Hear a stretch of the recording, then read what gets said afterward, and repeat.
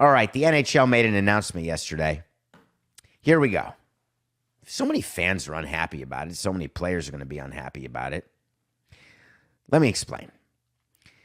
When you look at teams when they're on the field, there are exclusive on-field merchandise suppliers in every league. Hockey has their uniforms sponsored by Adidas. That means Adidas makes the uniforms.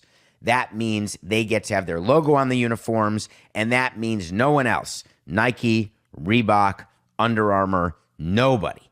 That's it. It's got to be Adidas. Baseball has Nike. They have Nike undershirts, Nike overshirts for the uniforms, Nike pants. There's Nike gym shorts. It's all Nike all the time. In order to have the right to have actual on-field apparel rights, you pay money to the league. It's like a sponsorship deal, except it's even bigger because you're getting on-field exposure. And your responsibility is even bigger because you actually have to make the product. There are times when leagues are trying to raise revenue where they will. Let me change the subject for 1 second. I've spoken to you about this. I'm going to speak to you about it again. When we had a chance, if you're going to be a Coke or Pepsi building, right? The concession, are you a Coke building or a Pepsi building? You get paid. And then you choose. Whoever pays you the most, you're going to go with Coke products or Pepsi products. There are teams who have medical sponsors. All teams will say, we love the doctors. We always go with the best doctors. But wink, wink, by the way, those organizations, those hospitals spend a lot of money with the teams. I got lucky in my time because our sponsor was University of Miami, and University of Miami has Dr. Lee Kaplan, who is the #1 team doctor in sports. There are players who may not agree with that because there's players who don't like all doctors because they view injuries and recovery as sometimes a doctor's fault.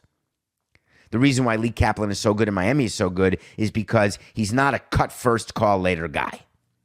Don't like the cut first, call later guys. I want to be called first and only cut when you have to guy. But more importantly, he understands what the injuries are, when the players will come back, and that's the information I need to run a team. However, there are teams who are influenced by sponsorship dollars. And that's on the medical side.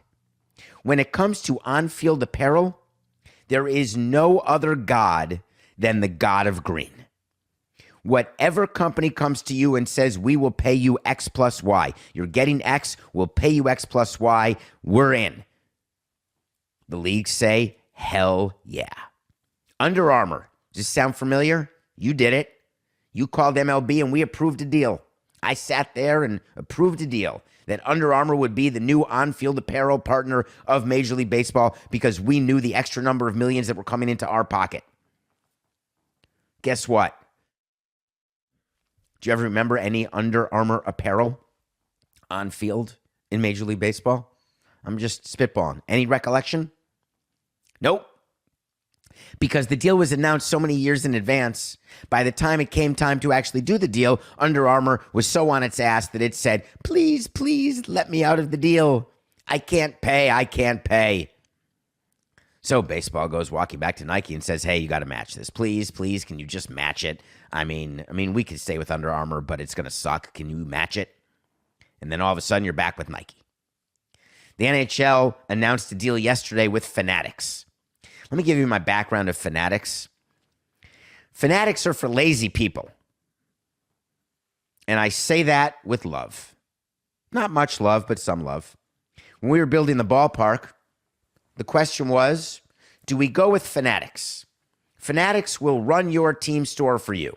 Fanatics will take care of producing all of the apparel. They will make all of the decisions. They will man the shop, take care of the numbers. You will get paid up front and then a percentage of sales, and then you don't have to worry about it at all.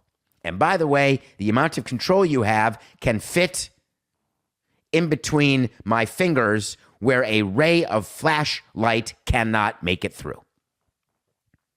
No control. You have no quality control. Your creative control is iffy at best. Look at those hockey jerseys. So Fanatics announces that they're going to do the hockey jerseys. Started in 2024. Why? Because Gary Bettman is looking right now to maximize his league revenue, to increase it. But then fans went crazy on social media. The reason we didn't want Fanatics is that we wanted control, period. By the way, we left and then Fanatics took over Marlins' new ballparks. The new era team store, I believe, is run by Fanatics now at Marlins Park. Those of you who were at the World Baseball Classic, you could maybe confirm that, but I think that's true. Fanatics has taken a stronghold in so many different ballparks, so many different leagues. They are building an empire. They're going to have gambling. They're going to have merchandise. They're going to have a place, an exchange place. It wouldn't surprise me if they try to get into the secondary ticket market. Other things besides apparel, memorabilia, anything. Do they want to become Amazon? Maybe. Is there room for another Amazon? For sure. But why are the fans not happy? The fans aren't happy because they view the Fanatics to have poor quality. They view Fanatics to not care about comfort, fit, size, or the fact that you spend money on a shirt and then after one washing, it's gone.